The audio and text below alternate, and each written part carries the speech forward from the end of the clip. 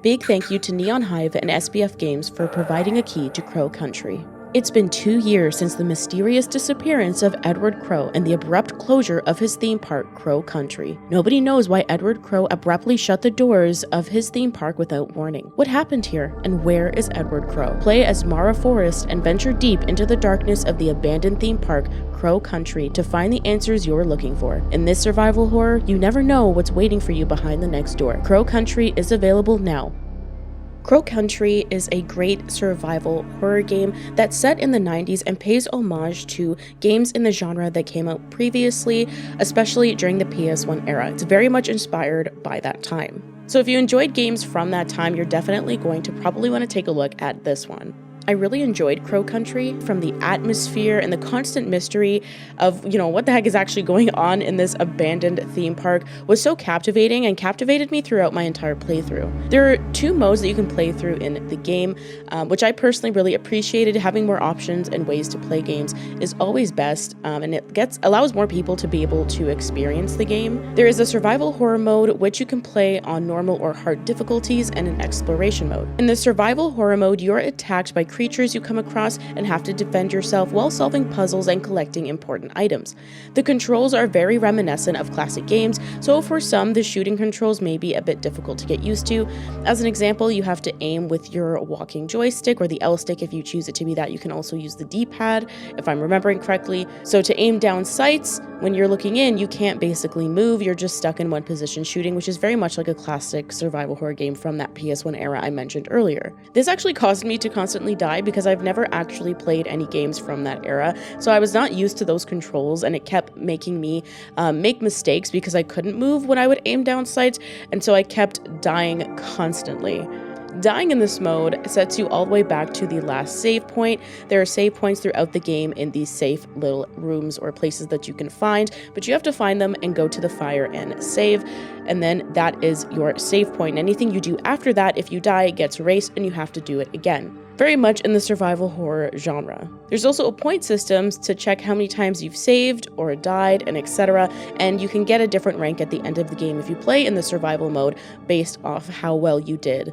I did try to force myself to play as long as I possibly could in the survival mode, but because I kept constantly dying, I was getting quite frustrated with the controls and decided to check out exploration mode. And it's why I'm so thankful that it's there. Exploration mode basically turns the game into a creepy puzzle adventure game where you still collect all the important items and solve all the puzzles as you would before, but all of the bosses and monsters are removed. You'll see them sometimes lying down in places like they've already been dealt with, kind of like someone has already walked through the areas you have and dealt with the monsters. Sometimes you'll even see little bullet casings around them, but they don't attack you or anything like that, so you don't have to be worried about your life ending at any point. Though this doesn't take away from the creepy atmosphere of the game overall and of the theme park, which I really appreciated because I did play a bit of the both modes and I did end up completing the game on exploration mode.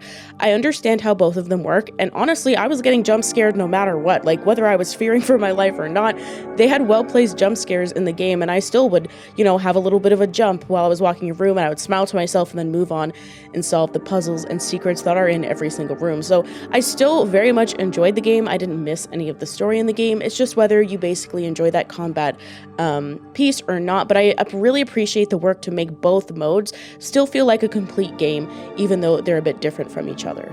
I think it also gives people like me who never had a chance to experience games like this or haven't experienced games like this genre before and from this time period before to get a chance to play the game and experience it. And I definitely kind of want to do another run through in the survival mode now that I'm more familiar with the map, and maybe it won't be as overwhelming for me. This game is actually best played with a controller. It's actually recommended by the devs to use a controller, which I totally understand because it is made for that classic console feel, and is definitely a very comfortable way to play with controller. That is how I played on my PC. And they have actually both classic and modern controls, like I mentioned before, using the L stick, or you could use your D-pad. And you can actually switch between this anytime in the game, so you never get stuck with one version of the controls. I also recommend using headphones, and the dev does too, because it definitely will bring that atmospheric vibe closer to you. There's a lot of great sound design in this game that I really liked. A lot of the monster sounds or just different noises you'll hear in the environment that sometimes lead you to a certain way because something is happening. I really liked it. I definitely recommend getting fully immersed if you do decide to check the game out. Also, make sure you keep a notebook nearby and handy because you're definitely going to need it. I absolutely love games that have lots of codes and keys and doors and things to remember, and this game has tons of that. So you're definitely going to want to have a notebook. It encourages you, the dev encourages you actually to write things down like you would back in the day, and I love that. So I had a little notebook beside me and was taking notes of all these things that I saw, what doors needed what kind of keys, and it was really an immersive experience. I find it to be really immersive when there's a lot of notes that I can take in real life, and then in the game there are notes and things you can find, employee memos, and you definitely want to look at those because you just never know where the next employee memo is going to come in handy. Now, this game is now available on Nintendo Switch, so you can definitely check it out there and be able to take the game with you wherever you go. And it is also available on PC, like I mentioned, so I did test out how it works on Steam Deck, and I'm happy to say it runs perfectly. It runs absolutely perfectly, and it is Steam Deck verified, so it has been a solid experience on there. It was really fun to play on there. So if you want to take Crow Country with you wherever you go, whether it's on Switch or Steam Deck, feel free to do so. There's a small cast of characters that you meet throughout the game, and I'm not going to get into them because I do not want to have any story spoilers, so that's why this is a bit of a condensed review, because I don't want to talk about the story at all. I think it's something you definitely need to experience. All the twists and turns are something I really enjoyed in the game, and definitely I think it's something that you'll enjoy, so I'm not going to talk about those, but there is a small cast of characters that are very memorable and very interesting, and make sure you talk to them all, like a lot. Like, just keep talking to them when they're around, because they got information they may not share the first click of the button, so you gotta just keep talking to them. As I mentioned before, as you traverse through the park, there are lots of notes and memos on all kinds of different walls, so make sure you rotate while you're in every single room, rotate the camera, look around, look for those notes that you can find, the memos. There's also little game things about how to play the game and little notes. Check all that stuff out on the walls because those are very important. And like I said before, you never know when that's going to come in handy, especially later down the line. You might read a note and have no idea what it means, but trust me, you will need it later. You will need it. There's also a really good feature that I really enjoyed was in every single save room. There's actually a combination of every single one of these memos you found in the game. So you don't have to write these memos down specifically. These memos will be saved for you later in the game for you to find in your save rooms that you go to. There's like little books and you can just flip through all of them, which is super handy. Overall, I really enjoyed Crow Country. The sound, the music, the atmosphere. I would have jump scares, which I really enjoyed. A little jump scare, you know. I definitely had a good time with the mystery. I loved the puzzles in the rooms. They were definitely not super easy. I definitely scratched my head more than once trying to solve some of the different puzzles because some rooms have multiple puzzles. It's not just what meets the eye. So you definitely got to look around. And I just really enjoyed it. I loved running around the map and finding all the different ways to get to different places. It was just a lot of fun. So if you enjoy any horror, survival puzzle, or creepy kind of adventure puzzle games, then I definitely recommend at least checking this one out.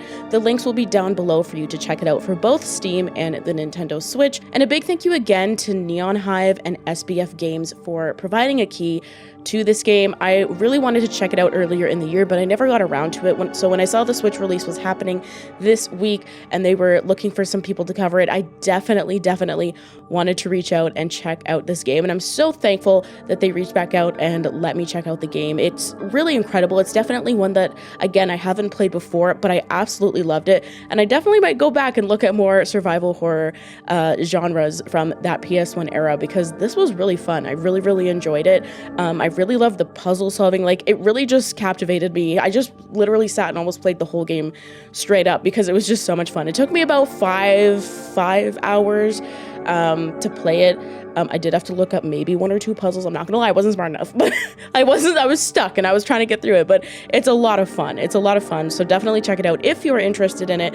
And I hope you enjoy the game if you do. Thank you so much for watching this video. There will be more reviews coming very soon, so feel free to subscribe if that is something you would like. If you enjoy the reviews on this channel, feel free to check out my TikTok. I just got it unlocked and got it back, so I will be posting shorts, so you'll get to know when a review goes live there, or you'll get to see some other content for games coming soon that I'm really interested in, so definitely check that out if you're interested. And I just appreciate any support on the channel so much. I appreciate each and every one of you, and I will see you all very soon. Remember to stay safe, hug your loved ones, and I'll see y'all next time. Bye!